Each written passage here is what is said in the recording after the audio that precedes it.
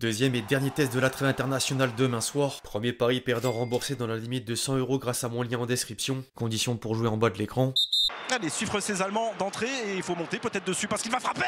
Il va frapper, ouvrir le score d'entrée. En quelques secondes, personne n'est monté sur Florian Wirtz.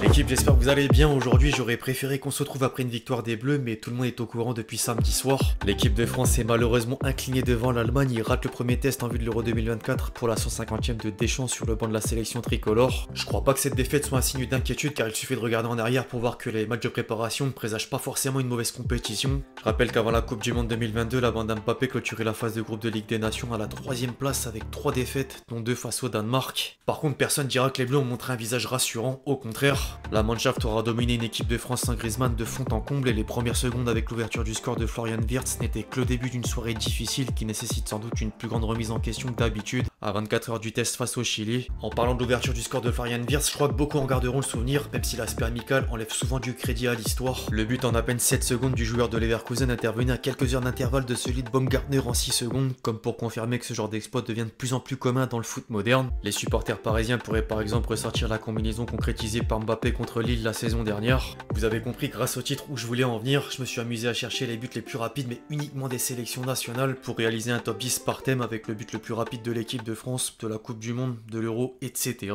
J'espère que vous validez le concept, les amis, je compte sur vous pour me le faire savoir avec un service, celui, comme d'habitude, de m'exposer le bouton j'aime. Merci à tous ceux qui prendront 2 secondes pour le faire, vous êtes des boss. J'invite au passage à tous ceux qui ne l'ont pas encore fait à télécharger gratuitement l'application SofaScore pour ne rien manquer de la fin de la trêve internationale. Score en direct, classement, statistiques et j'en passe.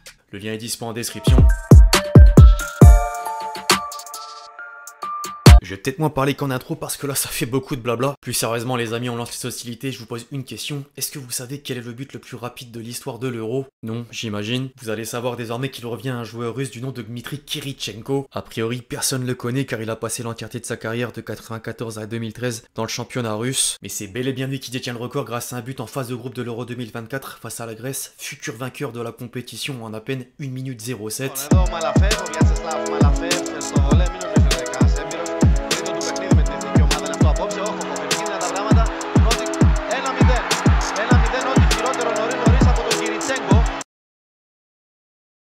Pour info, les Russes ont fini dernier de leur groupe mais resteront les seuls à avoir battu les Grecs. 3 matchs, 1 victoire, 2 défaites. Bravo tout de même.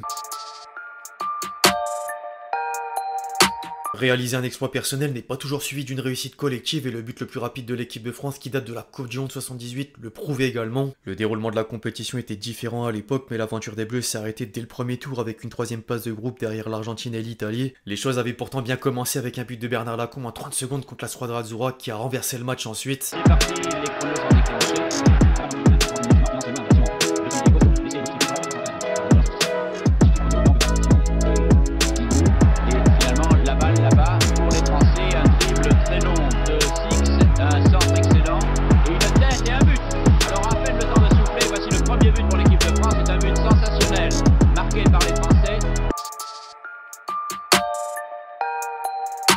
Après l'Euro et l'équipe de France, on est maintenant un peu dans l'air du temps avec un focus sur les Jeux Olympiques. Cet été, vous le savez, sera un peu spécial pour nous en tant que Français car les JO sont organisés à Paris. Les hommes de Thierry Henry tenteront de prendre la médaille d'or comme le Brésil en 2016. Vous savez pourquoi je parle du Brésil? JO de Rio 2016, Neymar, Honduras, demi-finale, 14 secondes.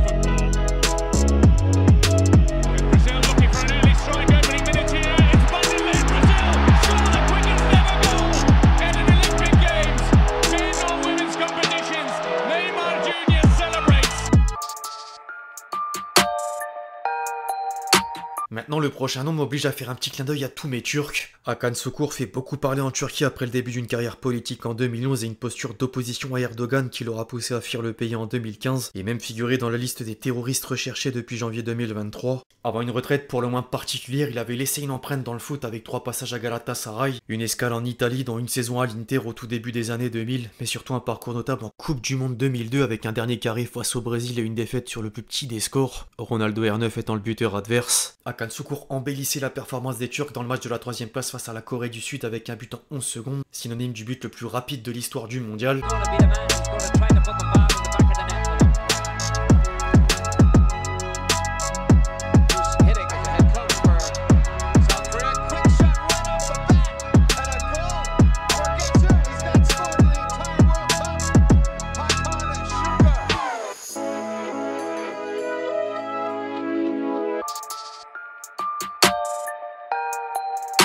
En parlant de Coupe du Monde, vous me croyez si je vous dis que Saint-Marin a enregistré le but le plus rapide des éliminatoires de la Coupe du Monde en 10 secondes, qui plus est contre l'Angleterre? Oui, ce petit état du nord de l'Italie.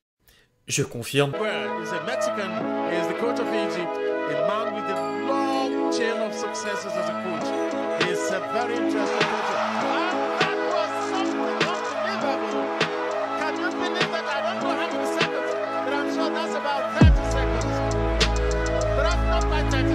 Les Anglais en ont mis 7 derrière, mais ce résultat ne leur a pas permis de faire mieux que les Pays-Bas et la Norvège pour participer à la Coupe du Monde 94. Dommage. On enchaîne avec le même chrono, sauf que cette fois il s'agit du but le plus rapide entre sélections africaines. Nigeria-Égypte 2019, seul but de la rencontre de Paul Onuachu.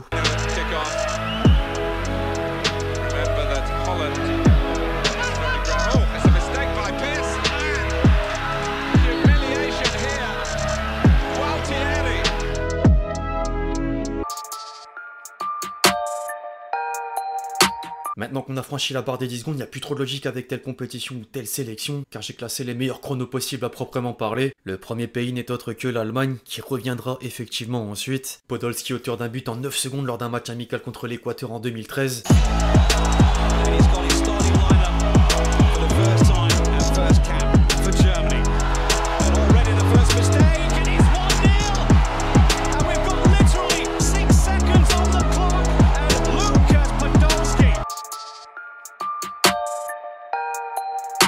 En vérité, Saint-Marin n'a pas enregistré le but le plus rapide de l'histoire des éliminatoires de la Coupe du Monde, mais plutôt Benteke avec la Belgique face à Gibraltar en 2016.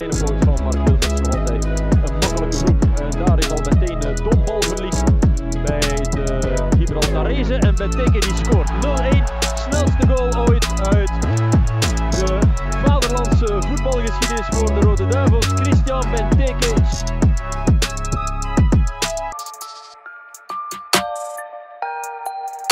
J'ai dit qu'on reverrait l'Allemagne, vous l'avez forcément avec ce que j'ai pu dire en intro et ce qu'on a vécu ce week-end. Florian Wirtz, 7 secondes.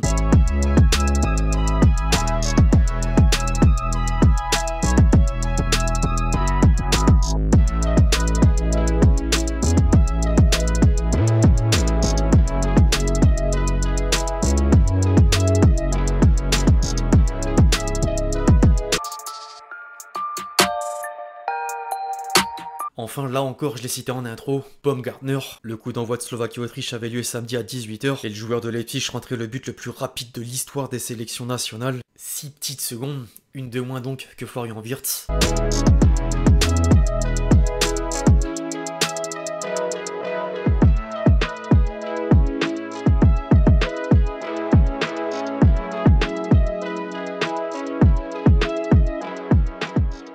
Bref l'équipe, voilà, c'est tout pour ces vidéos sur les buts les plus rapides des sélections nationales. J'espère qu'elle vous a plu, je compte sur vous si c'est le cas pour lâcher votre meilleur j'aime. Comme d'habitude, n'hésitez pas à me dire dans les commentaires si j'ai oublié d'autres buts, justement c'est possible, il y en a tellement dans l'histoire des sélections nationales. D'ici là on se retrouve très vite sur la chaîne pour de nouvelles vidéos, c'était LexG. Ciao ciao.